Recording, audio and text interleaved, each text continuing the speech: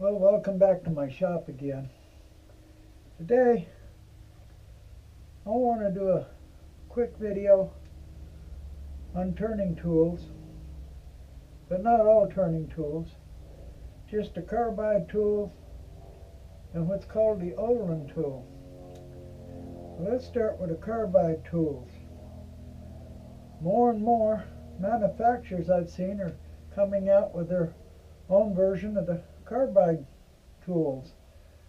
So if they're making more tools, it's obviously more people are wanting to use them, or they wouldn't be making them. Now, the limited number of people I know, some of them don't like the carbide tools at all. They prefer the traditional tools. And I suppose that's because that was the way they were taught and the way they've been doing it all their lives, and they want to just keep on doing it that way. Well, that's fine. That's great if that works for them. Like I said before, the correct tool to use is the one that works for you, that you get the best safety with and does the best cutting for you. So anyway, there is a lot of people turning to the carbide tools. Some of them, old turners I know, try the carbide tools, say they love them. And again, I suppose some of the new turners are just learning on the carbide tools. I don't know that to be a fact, but I would assume so. So what is a carbide tool? Well, a carbide tool is nothing but a piece of shaped carbide on the end of a shaft. Now, the original tools and most of the manufacturers, they come in four basic shapes. You got the square one. Don't mind my rough drawings. You got one that's almost square with a little bit of radius. One of them's got a 2-inch radius and one of them's got a 4-inch radius. Of course, you got the round tool. Then you got the diamond tool. And they, like I said, are a bit of carbide, and they're ground at an angle. Now the original ones, the easy tools, the best I could measure, have a 70-degree angle cut on them if looking at them from the side. Now I've also got a Turnmaster tool, and it appears to have an 80-degree grind angle on the side. Okay? I don't know about some of the other manufacturers. I haven't got a hold of any of their carbide bits yet. I don't know if I will or not. But the more the angle you get, the 70-degree angle is going to cut a little bit more aggressive than the 80-degree. Not much, but a little. But it'll also do just the same amount, a little bit faster, not much. So, the original ones come on a square shaft. The reason that being is that makes them almost foolproof if used correctly. So most all of them now come on a square shaft, which means you hold it right against the center of the wood on the square shaft and hold it level right on the center to get the best cut, which I said makes it almost foolproof. Now the thing is, on a tool like this, if you come in at a 90-degree angle or less, you'll never get a catch. If you come in like this at a 90-degree angle, or if you come in at a less of an angle, say 50 degrees, you'll never get a catch. But if you come in over a 90-degree angle, it's guaranteed you will get a catch on a tool like this. So, with a flat shaft and holding them in the center, you've got a constant 90 degrees at the contact area, which is okay. They cut pretty good. So what I've done is made a set here with a square shaft. Of course, they've got to have a flat surface to mount them on. You've got to have a perfectly flat surface, or you got a chance of cracking them, breaking them when you mount them. I also have another set that I'll show you here just in a second. Okay, here is a set of tools I made. The same bits, but put on round shafts. There's the round one. There's the square one. The square with a radius on it. And of course the diamond tool. Now, being as how they're on a round shaft, what does that mean? Well, that means I have defeated the almost foolproof feature, because you can rotate them. If you rotate it the wrong direction, you're guaranteed to get a catch. But if you rotate it the right direction, then you can adjust how much it cuts. It don't have to cut quite as aggressively. And you can also tilt it and get a sure angle with it. So it's a lot more versatile. But again, like I said, if you turn it wrong, you're guaranteed a catch. But as long as you watch your angle, you can turn all day and never get a catch. Again, like I said, if you got a 90-degree angle to the wood, or less than a 90-degree angle to the wood, you'll never get a catch. But when you get a greater angle, you're guaranteed a catch. It's as simple as that. And later, what I'm going to do is put on an old segmented ring. I got a bunch of them that I never used. I made them for some reason or another, never used them. They were wrong somehow or another. I'm going to put them up and we're going to cut with each of the tools. Now I also got one here. It's got the Turnmaster bit. It's got a different grind angle. This has got the 80-degree grind angle. Again, it's on a round shaft. So I'll be cutting with that one too, and we'll compare them. And that basically the carbide tools. Now, the manufacturer, of course, says when they get dull, you rotate them, which, yeah, you do. And when they get dull all the way around on all sides, if they're the square one or the diamond-shaped one, the round one, you just rotate as much as needed, that you replace them with a new one. And yes, you can do that, but you can also sharpen them, even though they'll try and tell you you can't. And I'll show you how to do that in a bit. Of course, if they're nicked or chipped on the edge, you don't want to sharpen them, you want to replace them. So that's basically the carbide tools.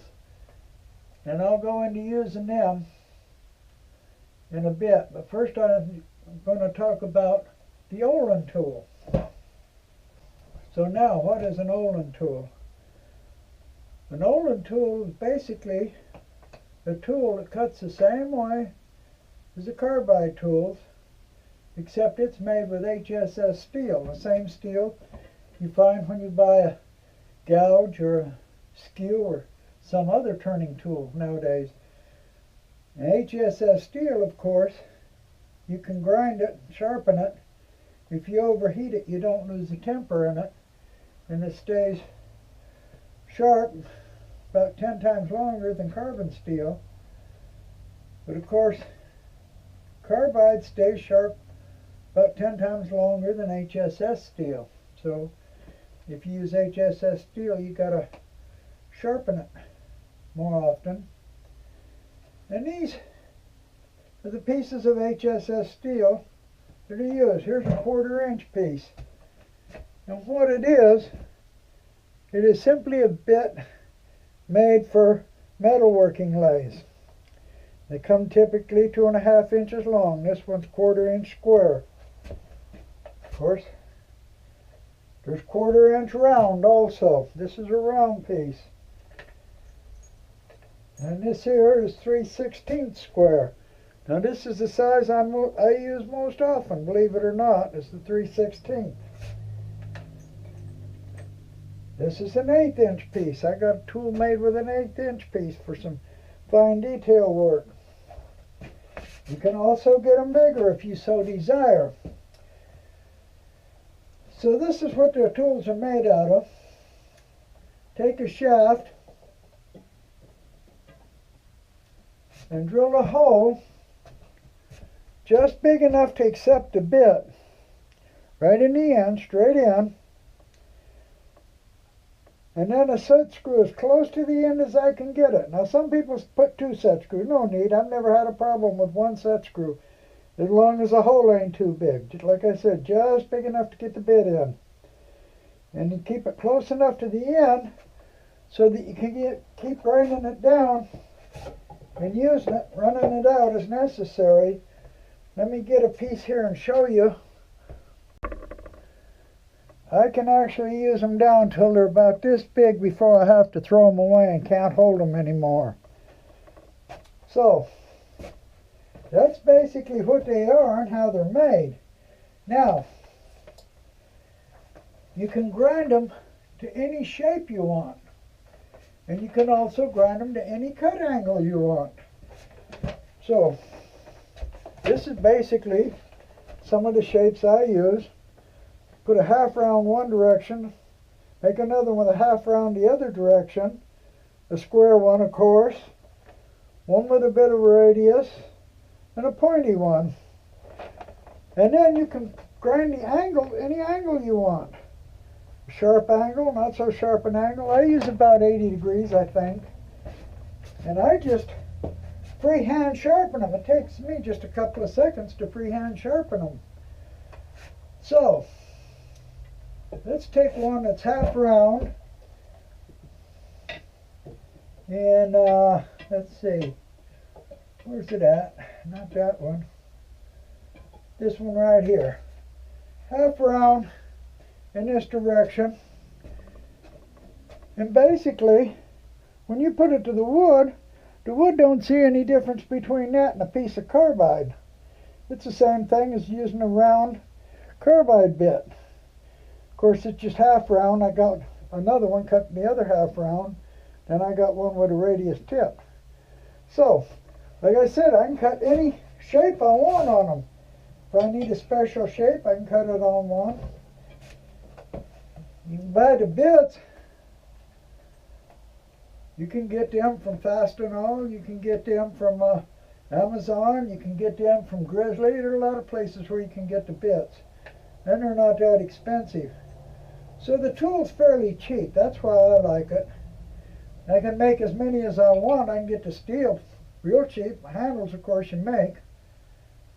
So I can make a lot of tools. I even got more over there. And I've got, like I said, this is the 1/8, really small.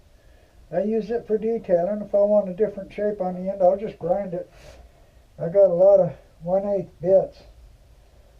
I have got a round one here that I've ground into a 3-sided point, quite sharp. It does real good. It cuts real good. And just like the carbide bits, you have to present these to the wood at the correct angle. If you present them to the wood at 90 degrees or less, you'll never get a catch. But if you present them greater than 90 degrees, you're guaranteed a catch. That's a fact of life. So, why do I use these? 1, they're cheap. 2, they cut good. 3, I can sharpen them in just a couple of seconds freehand. And 4, I'll never get a catch because I always watch the angles. And when I make a turning, if I make an open segment turning and I got to mount it on a piece of brown paper, you better believe I don't want to catch. 1 catch is too many. So basically, that's why I use these tools. And they cut good. I know some people say, well, they're just a scraper. Okay, fine, they're just a scraper. As long as they cut good, I don't care. So what I'm going to do when I compare the tools is I'm going to compare the round carbide on the square shaft. I'm going to use the round carbide on the round shaft. I'm going to cut with it at 90, and I'm going to cut with it at an angle. And I'm going to use a segmented ring on the cold jaws, simply because I can get the camera angle in where you can see it. And then I'm going to use one of my Oland tools to cut, and we'll just compare and see how much different they are, or if there's any difference at all.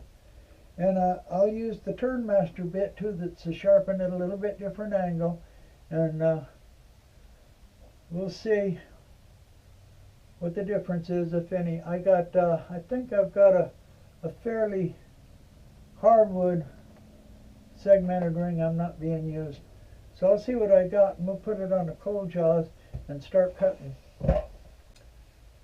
Now the manufacturers, of course, tell you when the carbide bits get dull to throw them away and put a new one on. Of course they do. They want to sell bits. They say you can't sharpen them, but you can. Of course, if they're chipped or nicked, you probably don't want to sharpen them, probably want to throw them away. But if they're not nicked or chipped, just dull.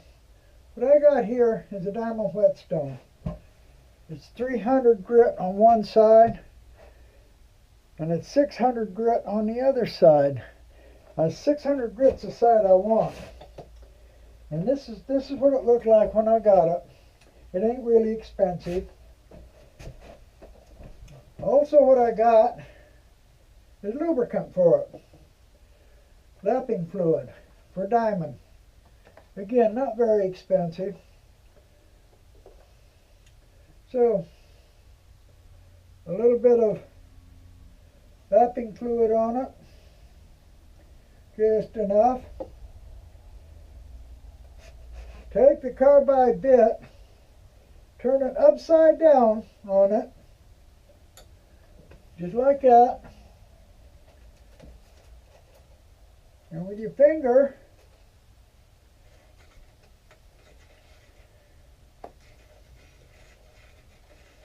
about 6 times around should be enough.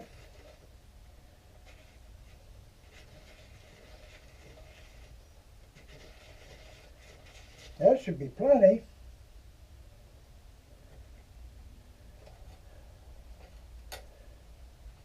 And it is sharp again. I'm going to do it with this little bit.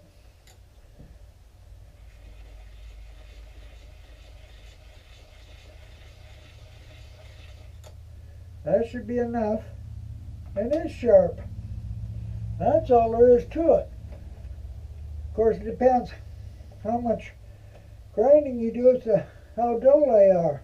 But it don't take much. Like I said, about 6 swirls around or so. Not much at all.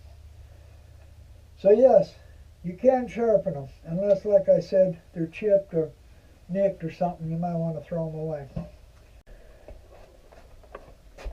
I've got an old segmented ring that I made for some reason, never used. So I'm going to use it to make some tests on.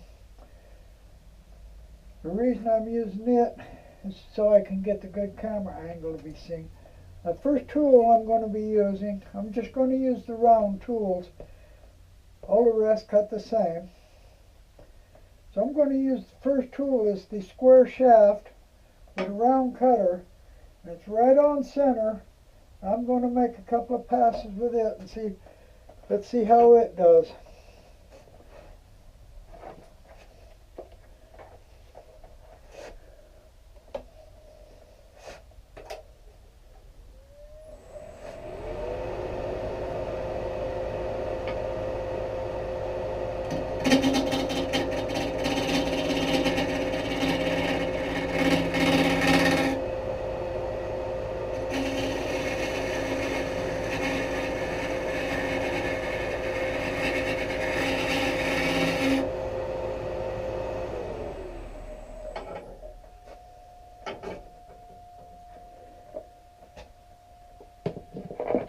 Okay, that one cut pretty fast, pretty good. just like advertised. No problem. Made a good cut.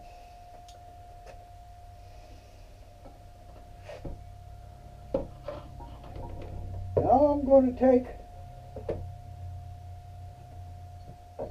the round tool. And first I still get good cuts. It's much easier to control.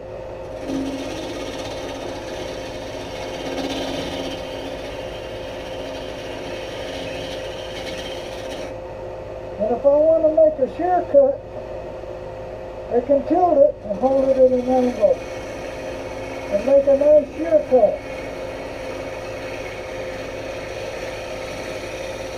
And it's still cutting good.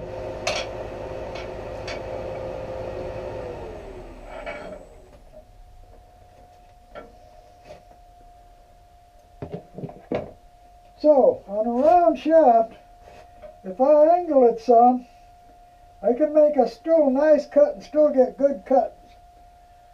I can also tilt it and get a shear cut.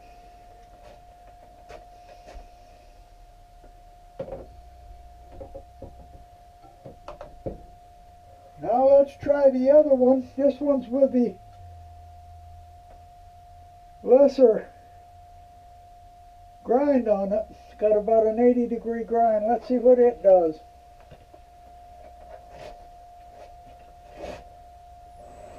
I'm going to angle it a little bit.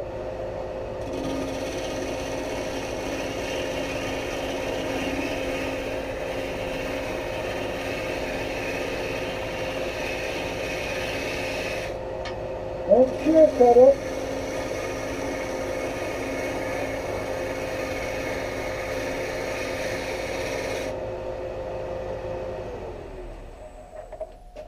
No problem, it makes good cuts too.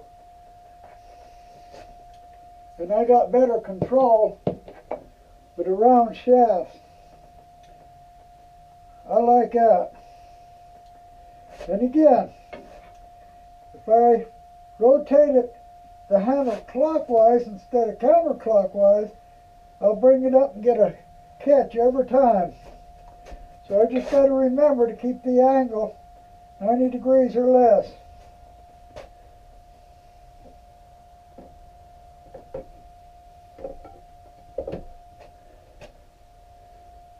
Now, I'm going to take my oland tool, the one with the radius that makes here, and I'm going to make the same cuts with it and see how good it does. Now it's Hss Steel instead of Carbide.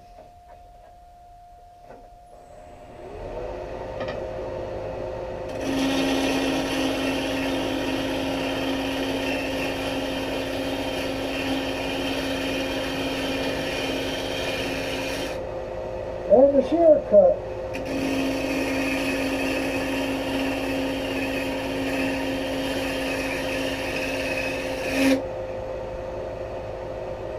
There's the part after that.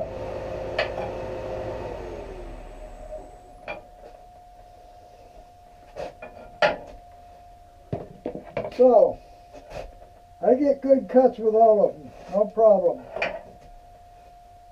But with a oland tool, I get just as good, if not better, cuts with it. Of course, it'll dull faster. Now, when it's dull, I'll sharpen it very quickly. One pass.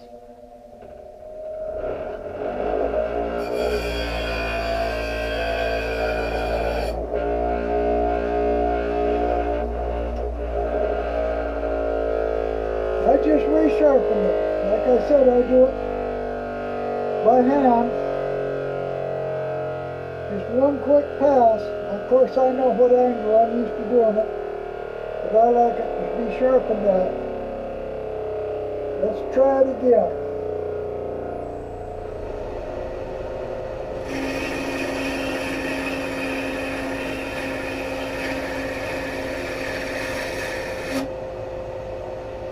the Oland tool.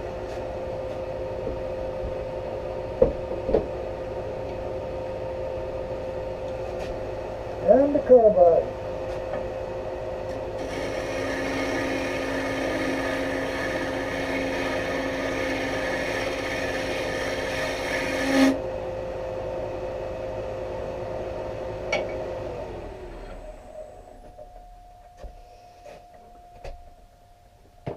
So that's it.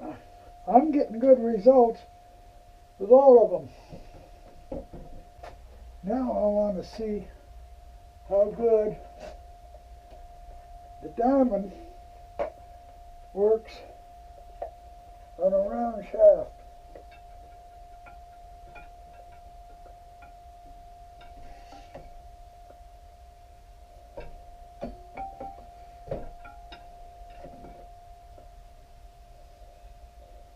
The diamond bit on a round shaft, we'll try and make some cuts with it.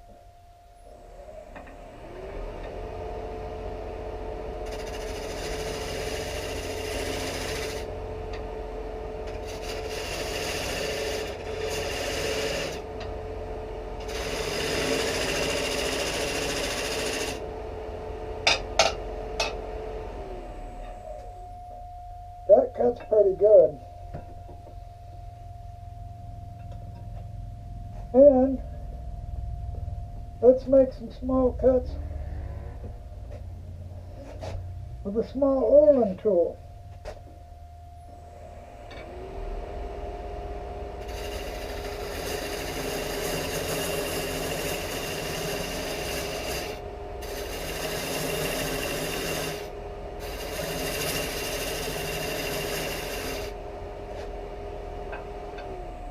Just about the same, I'd say.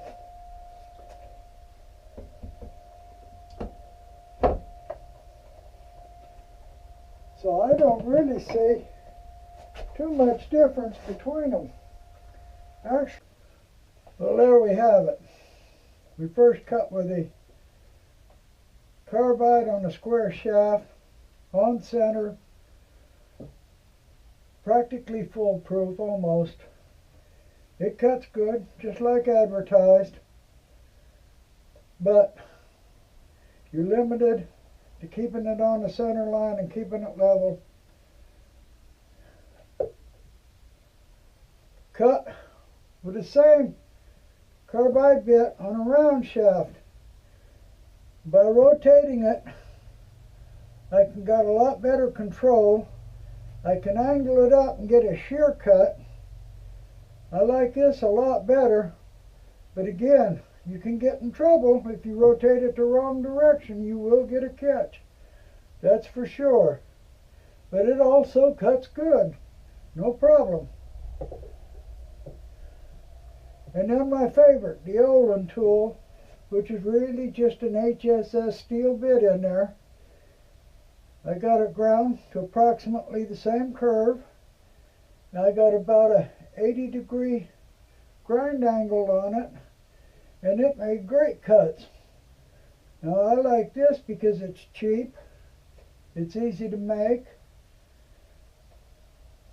the bits are cheap, I can sharpen it quick, and I can put any curve, angle, shape I want on the end. So that's basically why I use it. Now, of course, everybody's got their favorite tool, and that's great. But this is just my take on the carbides and the Nolen tool, which again is my favorite. I like it because I'll never get a catch. And when I'm turning open segments, I really do not want to get a catch. So, I hope you enjoyed this little video. And I hope you come back to see my next video. I thank all the people that have subscribed. And again, I changed the name of the channel, and I did some research, and they said it would be no problem with people that have already subscribed. So I hope there's been no problem with that. And thank you, and come back.